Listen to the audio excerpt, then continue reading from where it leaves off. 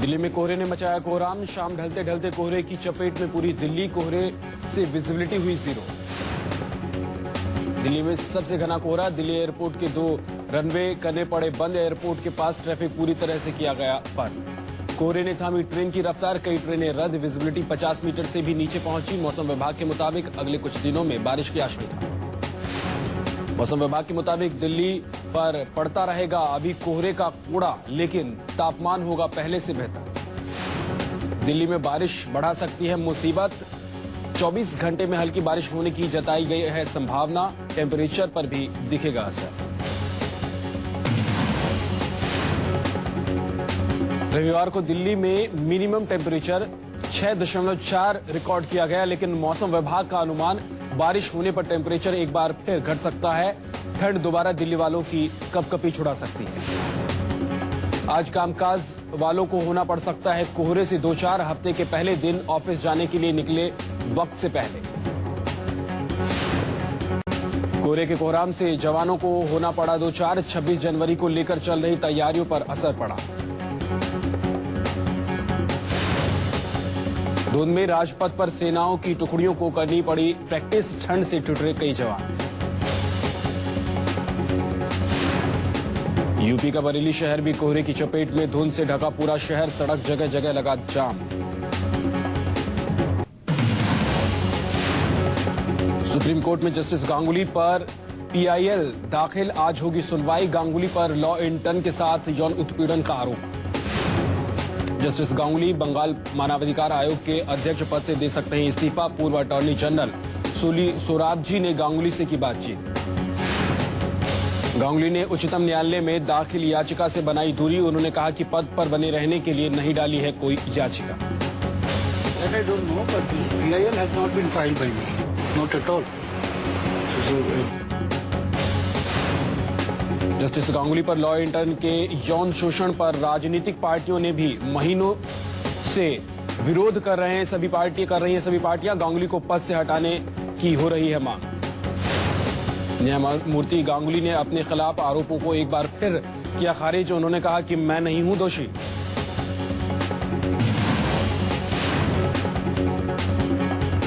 दिल्ली की महिला और बाल कल्याण मंत्री राखी बिरला की कार पर हमला। बाल बाल बची राखी बिरला। केजरीवाल कैबिनेट की सबसे कम उम्र की मंत्री है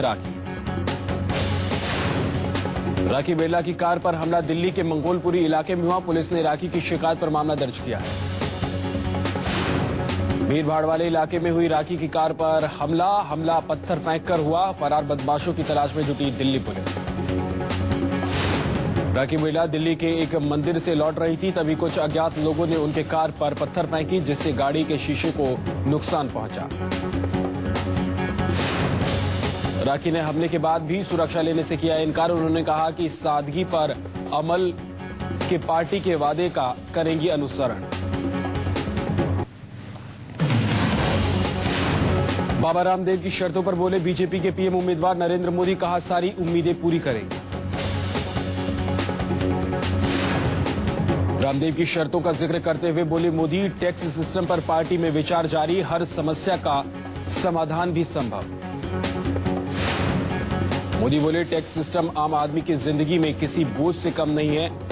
टैक्स सिस्टम को और आसान बनाने की जरूरत और इस पर बीजेपी गंभीरता से विचार कर रही है। रामदेव के मंच से मोदी ने की बाबा की तारीफ। बोले जन आंदोलन बन गया है 2014 का चुनाव को जन आंदोलन बनाने का श्रेय बाबा रामदेव को। स्वाभिमान ट्रस्ट के स्थापना दिवस पर बाबा रामदेव के निमंत्रण पर दिल्ली आए थे मोदी। समारोह में बीजेपी के राष्ट्रीय अध्यक्ष राजनाथ सिंह और पार्टी के वरिष्ठ नेता अरुण जेटली भी मौजूद थे। दिल्ली के तालकटोरा स्टेडियम में स्वाभिमान ट्रस्ट के स्थापना दिवस समारोह के दौरान प्रधानमंत्री मनमोहन सिंह पर बरसे बाबा रामदेव। मंच से नरेंद्र मोदी की मौजूदगी में पीएम पर साधा निशाना। रामदेव ने अपने भाषण में कांग्रेस और पीएम दोनों पर जमकर हमला बोला। मोदी को देश के लिए घातक बताने वाले बयान पर रामदेव ने कहा कांग्रेस की बुद्धि का असर पीएम के ऊपर भी हो गया है। सिख दंगों को लेकर भी बाबा रामदेव ने प्रधानमंत्री पर निशाना साधा। रामदेव बोले पीएम को 1984 में सिखों का नरसंहार नजर नहीं आता है और वो मोदी को मौत का सौदागर कहते हैं। मोदी को प्रधानमंत्री के तौर पर देश के लिए घातक बताने वाले मनमोहन सिंह को रामदेव ने इस मुद्दे पर भी चेतावनी दी। रामदेव ने कहा कि वो मोदी को देश के लिए घातक बता रहे हैं, जबकि मोदी कांग्रेस के लिए विध्वंसकारी हैं। कांग्रेस के लिए बड़ा घातक, महाविनाशकारी है। उनके लिए मानव महाकाल बनकर के आया।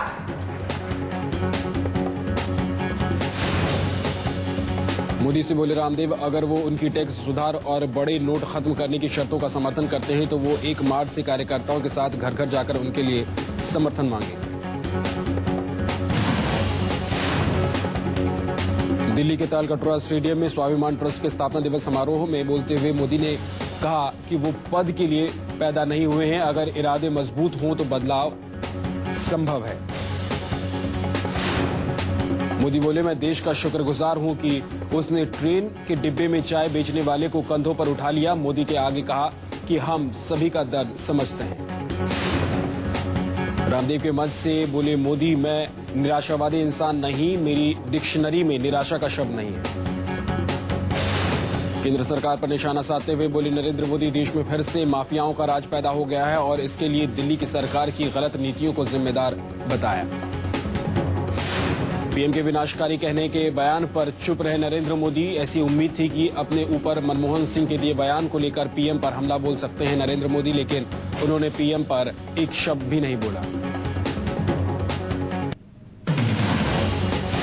आम आदमी पार्टी की लोकसभा चुनाव में बड़े पैमाने पर उतरने की तैयारियां शुरू। आम आदमी पार्टी 10 जनवरी से मेंबरशिप के लिए देशव्यापी अभियान शुरू करेगी। इसके लिए पहले से तय 10 रुपए की फीस भी खत्म कर दी गई है। आपके नेता योगेंद्र यादव ने बताया कि पार्टी लोकसभा में बड़े पैमाने पर चुनाव लड़ेगी। हालांकि अभी ये तय नहीं है कि कहां कितनी सीटों पर चुनाव लड़ा जाएगा। इस पर फैसला तब लिया जाएगा जब कैंडिडेट फाइनल होने की प्रक्रिया पूरी हो जाएगी। आम आदमी पार्टी की राष्ट्रीय कार्यकारिणी की बैठक के दूसरे दिन योगेंद्र यादव ने किया ऐलान, 2014 का चुनाव आम आदमी लड़ेगा और मार्च 2014 में लोकसभा चुनावों के लिए पार्टी का घोषणा पत्र जारी कर दिया जाएगा। आपकी तरफ से योगेंद्र की घोषणा, आम आदमी पार्टी हरियाणा में सभी 10 लोकसभा और 90 विधानसभा सीटों पर चुनाव लड़ेगी। आम आदमी पार्टी ने लोकसभा चुनाव के दौरान किसी भी पार्टी से गठबंधन करने से किया इनकार। प्रशांत भूषण बोले, नहीं करना है किसी से गठबंधन। चुनाव आयोग ने 2014 में होने वाले आम चुनाव की तैयारियां शुरू कर दी है। खबर है कि आयोग अप्रैल के दूसरे हफ्ते में लोकसभा चुनाव करवा सकता है। अप्रैल में शुरू होकर मई तक चलेगा आम चुनाव का दौर। खबरों के मुताबिक चुनाव आयोग आम चुनाव का ऐलान फरवरी के आखिर तक या फिर मार्च महीने की शुरुआत में कर सकता है। चुनाव प्रक्रिया 5 चरणों में हो सकती है। चुनाव आयोग के सूत्रों के मुताबिक लोकसभा चुनाव के साथ साथ 3 राज्यों के विधानसभा चुनाव की भी तैयारियां हो रही हैं। आम चुनाव के साथ आंध्र प्रदेश, ओडिशा और सिक्किम में विधानसभा चुनाव भी हो सकते हैं। सूत्रों के मुताबिक चुनाव कार्यक्रम की घोषणा से पहले एक बार लोकसभा की आखिर बैठक हो सकती है। उसी बैठक में वित्त वर्ष 2014-15 के 6 महीने के लिए लेखानुदान पारित किया जाएगा। इसके बाद नई सरकार ही अगली लोकसभा में पूर्ण बजट पेश करेगी। केंद्रीय कृषि मंत्री और एनसीपी अध्यक्ष शरद पवार ने ऐलान कर दिया है कि वो आगामी लोकसभा चुनाव नहीं लड़ेंगे। शरद पवार के फैसले के बाद उनके राज्यसभा जाने की अटकलें लगाई जा रही हैं।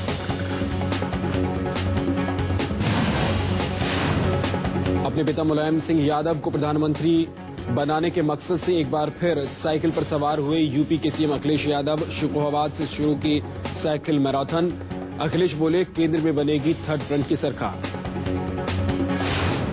शिकोहाबाद में शुरू हुई साइकिल मैराथन में अखिलेश ने की शिरकत। शिकोहाबाद से सफाई तक अखिलेश साइकिल से करेंगे यात्रा। शिकोहाबाद में साइकिल रैली के दौरान अखिलेश ने बीजेपी पर साधा निशाना। अखिलेश ने कहा कि दंगा कराने वाली पार्टी है बीजेपी। मुख्यमंत्री ने शिकोहाबाद के रामलीला मैदान से सफाई तक साइकिल रैली का उद्घाटन किया और कहा, लोकसभा चुनाव में प्रदेश से एसपी के ज्यादा से ज्यादा प्रत्याशियों को जिताना है ताकि केंद्र में तीसरे मोर्चे की सरकार बन सके। मुलायम के बाद अखिलेश ने पार्टी वर्करों को दी हिदायत। कहा, जो लोग पार्टी को बदनाम करने की नीयत से गुंडागर्दी और दूसरी असामाजिक गतिविधियों में शामिल हैं, उनके खिलाफ की जाएगी सख्त कार्रवाई।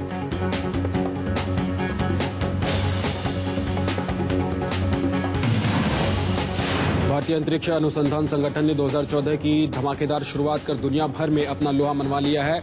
इसरो ने की GSLV D5 की कामयाब लॉन्चिंग।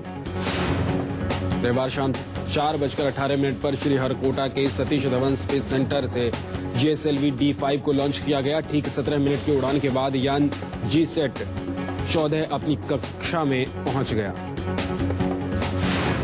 GSLV D5 इस साल अंतरिक्ष में पहुंचने वाला दुनिया का पहला सैटेलाइट है। इसकी लॉन्चिंग के लिए शनिवार दोपहर 11:18 पर काउंटडाउन शुरू कर दिया गया था। GSLV का सफल प्रक्षेपण इसरो के लिए एक बड़ी चुनौती थी। ये प्रक्षेपण भारत की दूरगामी अंतरिक्ष योजनाओं के लिए बेहद अहम साबित होगा। GSLV D5 में देश में बना पहला क्रायोजेनिक इंजन इस्तेमाल किया गया है। GSLV D5 संचार उपग्रह के अंतरिक्ष में भेजने का प्रयास पिछले साल 19 अगस्त को दूसरे चरण में फ्यूल टैंक में लीकेज के बाद बीच में ही छोड़ना पड़ा था। 2 टन वजन के GSAT-14 उपग्रह के फर्स्ट फेज में ठोस ईंधन, दूसरे में तरल ईंधन और तीसरे में क्रायोजेनिक अपर स्टेज का इस्तेमाल होगा। पटियाला पुलिस ने एक महिला एक्टिविस्ट की मदद से बच्चा बेचने वाले गिरोह का पर्दाफाश किया है। 1 महीने के मासूम को बेचने आई महिला रंगे हाथों पकड़ी गई। मासूम का सौदा 6.5 लाख रुपए में हुआ था, लेकिन उससे पहले ही पुलिस ने बच्चा चोर गिरोह को धर दबोचा।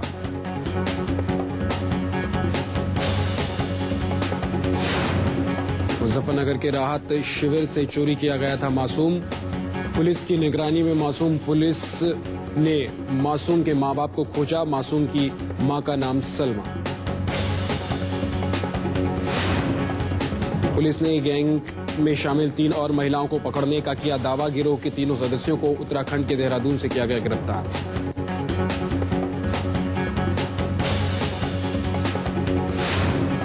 गिरोह ने मुजफ्फरनगर के कैंप से मासूम को 1,30,000 रुपए में खरीदा था और पटियाला की महिला एक्टिविस्ट से 6,50,000 में मासूम को बेचना तय हुआ था।